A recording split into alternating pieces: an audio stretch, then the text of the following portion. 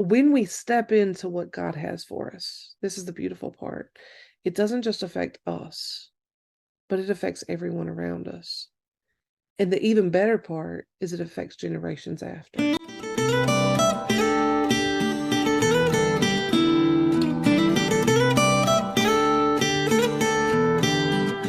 I am super excited to introduce you to Cristal. Tell them a little bit about yourself, girlfriend, where you're at, where you're from, all the fun things.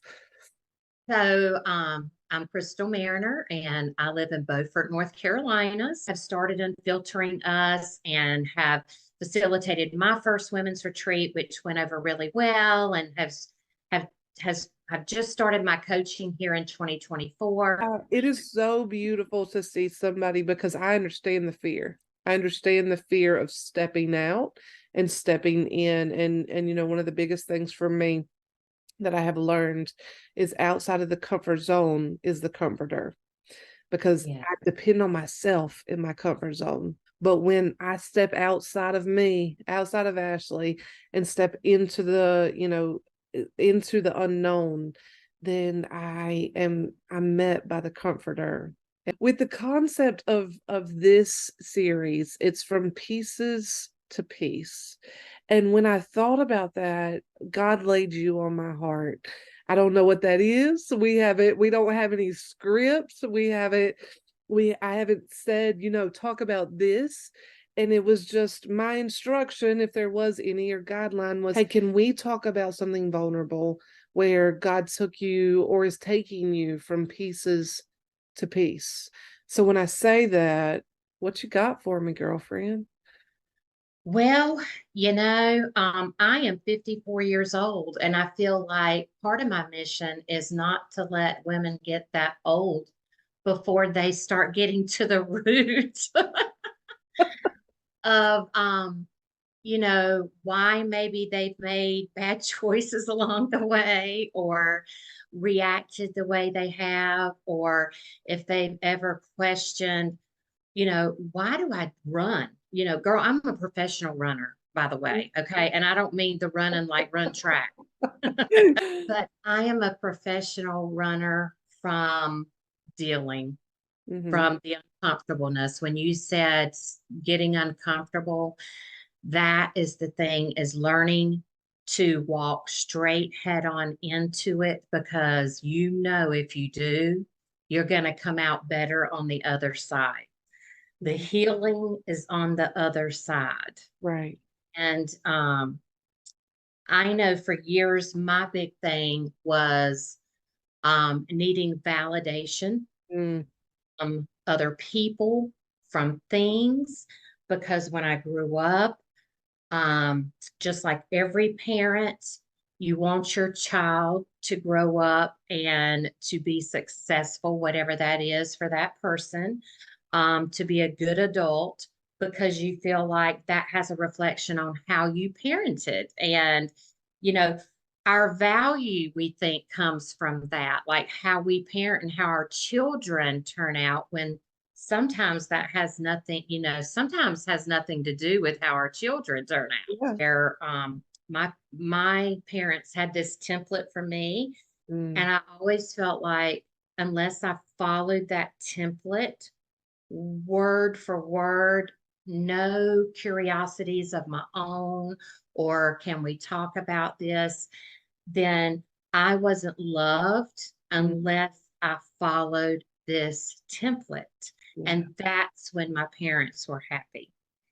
And so for forever, I had a hard time making decisions, whether I was making the right decision or not, because I was never able to make my own decision.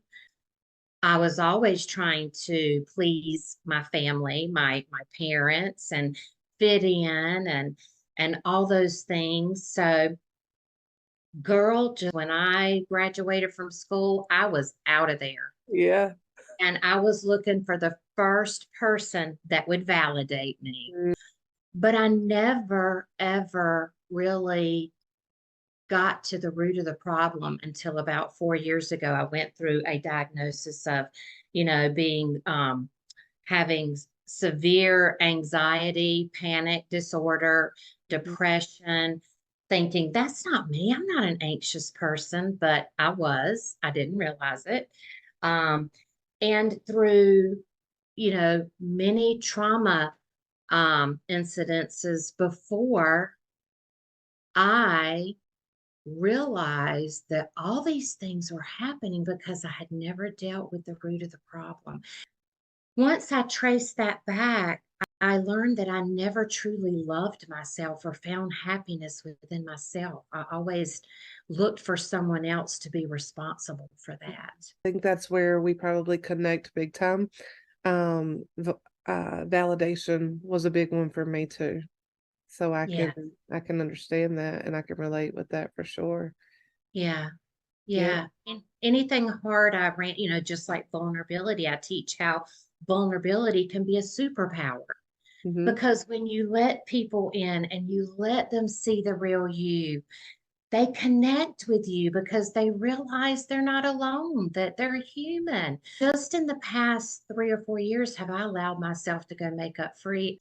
And I realized that, nothing changed when I didn't wear that makeup, when I didn't put on the filters, all the filters that we put And on. that's unfiltered, right? Yeah, yeah.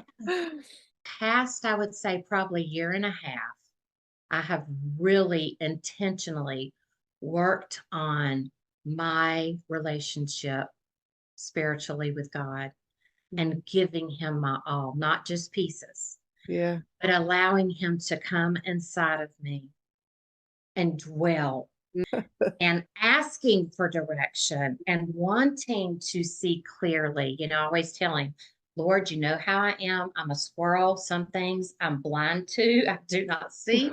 Make it crystal clear to where I know you're talking to me. And all my life, I have been of service. That has always been my big pull, has been to be of service to others.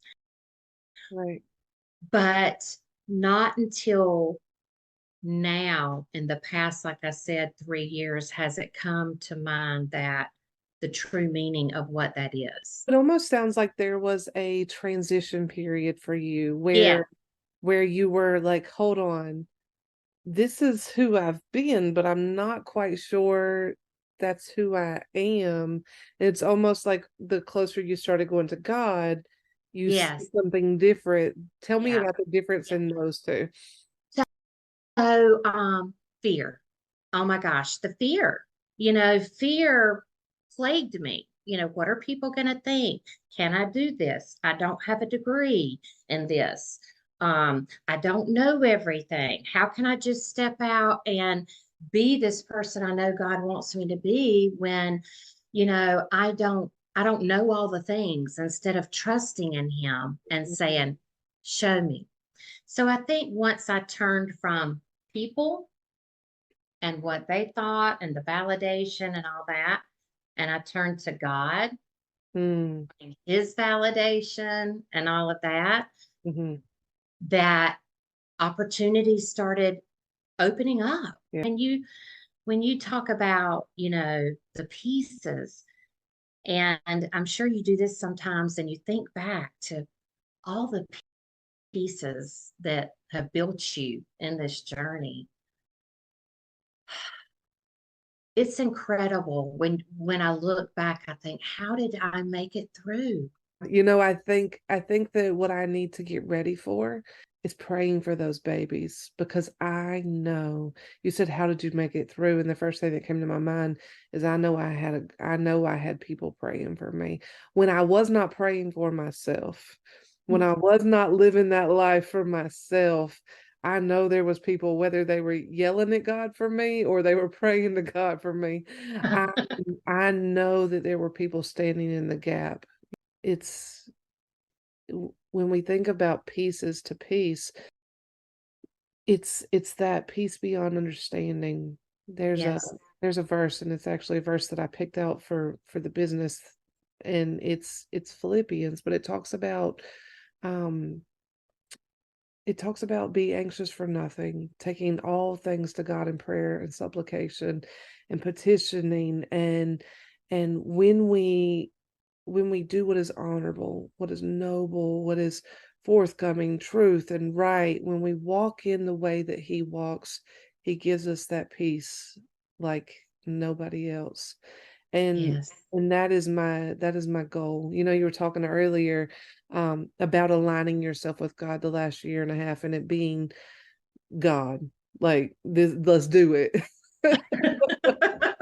It reminds me for me, the word that's coming up so often, my word for the year is move. I'm going to come back to that in just a second. I'm the squirrel with you today.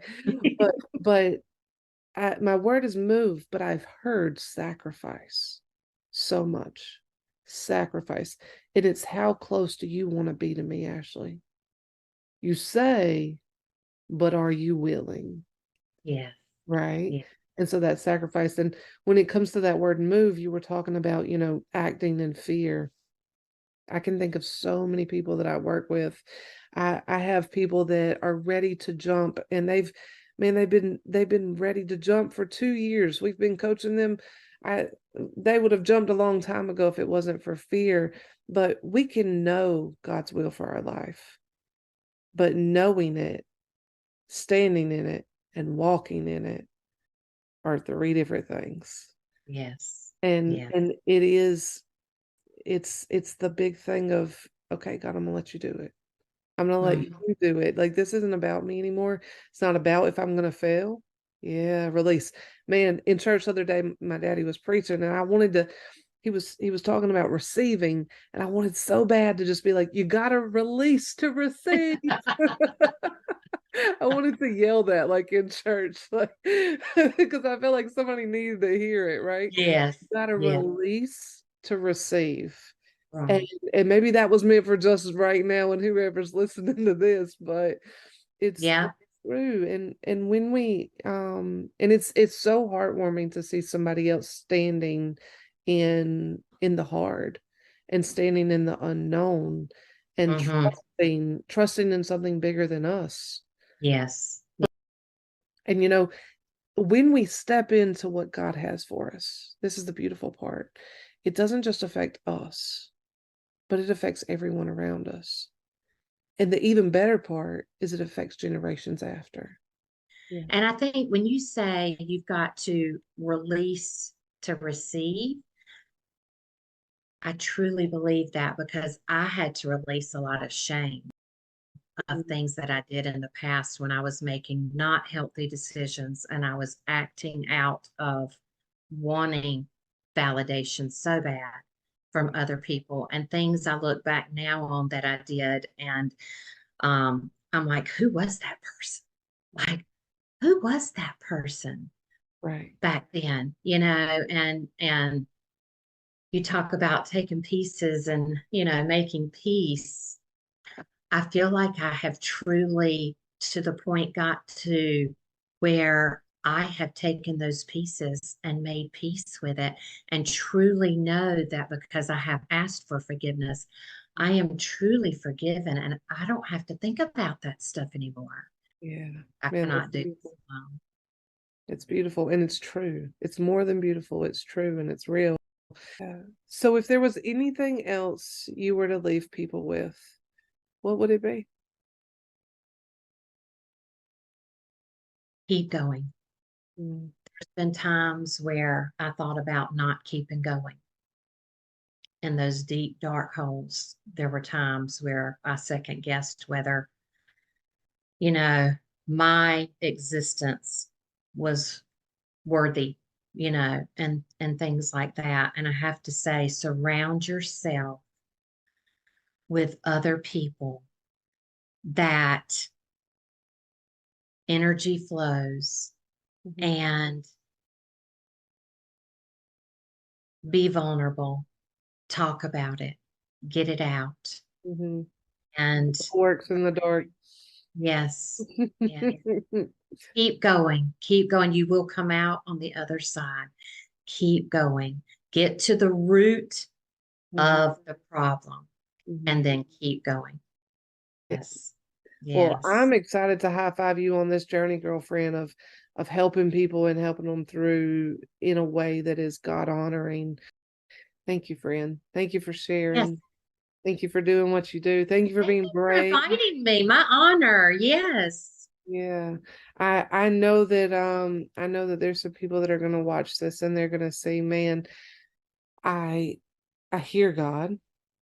I understand, but I've been paralyzed in fear. And them just being able to see you actually walking in fear. All right, friend, we'll see you soon, okay? All right. Bye. Bye.